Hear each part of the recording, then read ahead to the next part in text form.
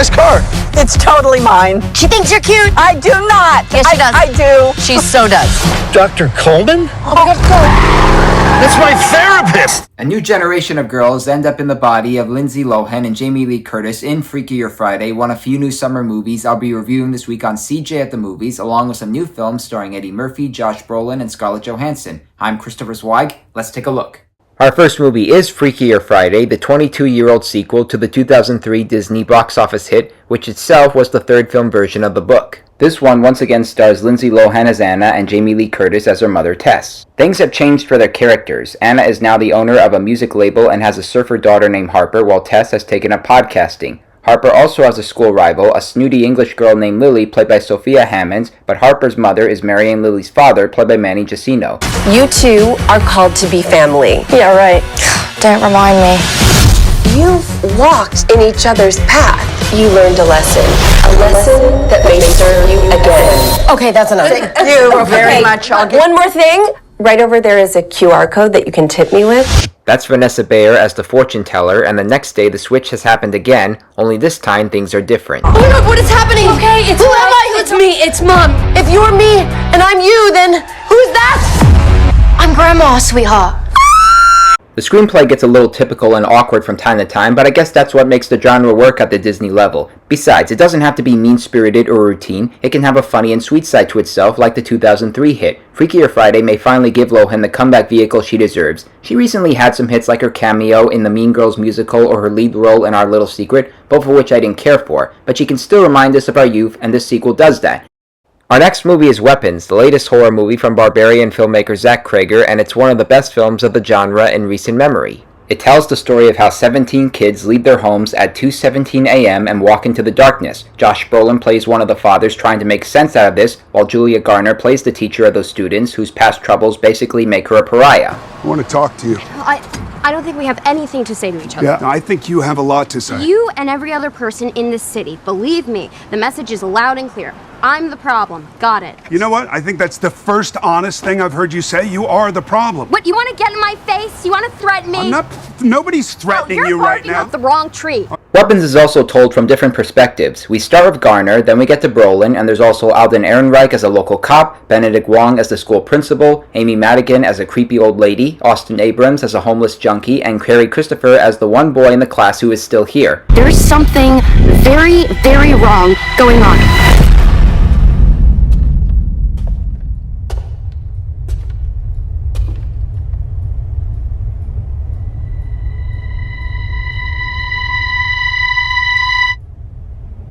I don't want to spoil anything for you here because I want you to see Weapons and see where it's going. Its view on society reminds us of the 2017 version of it, and the characters seem worthy of being in a Stephen King story. In fact, there are some nightmares that feel like something out of The Shining. I think we can agree that Cregger has a voice in horror cinema. The performances are universally excellent, the cinematography beautifully captures the horrors, the surprise humor is wickedly funny, and the premise is ingenious. The same can't be said here for our next movie, The Pickup, the latest Eddie Murphy vehicle made for Amazon Prime Video and co-starring him and Pete Davidson as two armored truck drivers, one more experienced than the other, who are in the middle of a routine pickup. But they get attacked by Keke Palmer as a criminal mastermind whom Davidson had a one-night stand with. She needs them to help her pull off a heist of revenge. You two are gonna help me steal $60 million from the casino.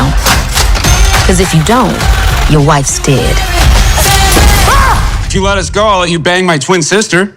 She looks like me with long hair. You trying to get us shot? Things get stupider when Murphy's wife, Eva Longoria, gets in the middle of their heist, and things get more complicated when Palmer's two goons, whom she leaves for dead, want revenge. Russell, you don't answer your phone? Did you forget you married a Latina? I put a tracking chip in your neck. Hi, Natalie.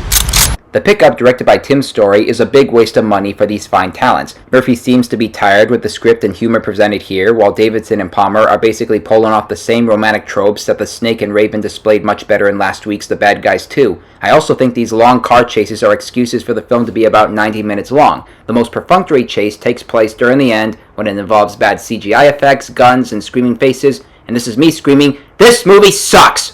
And our last movie is My Mother's Wedding, a British dramedy about three sisters with different jobs who reunite for their mother's third wedding.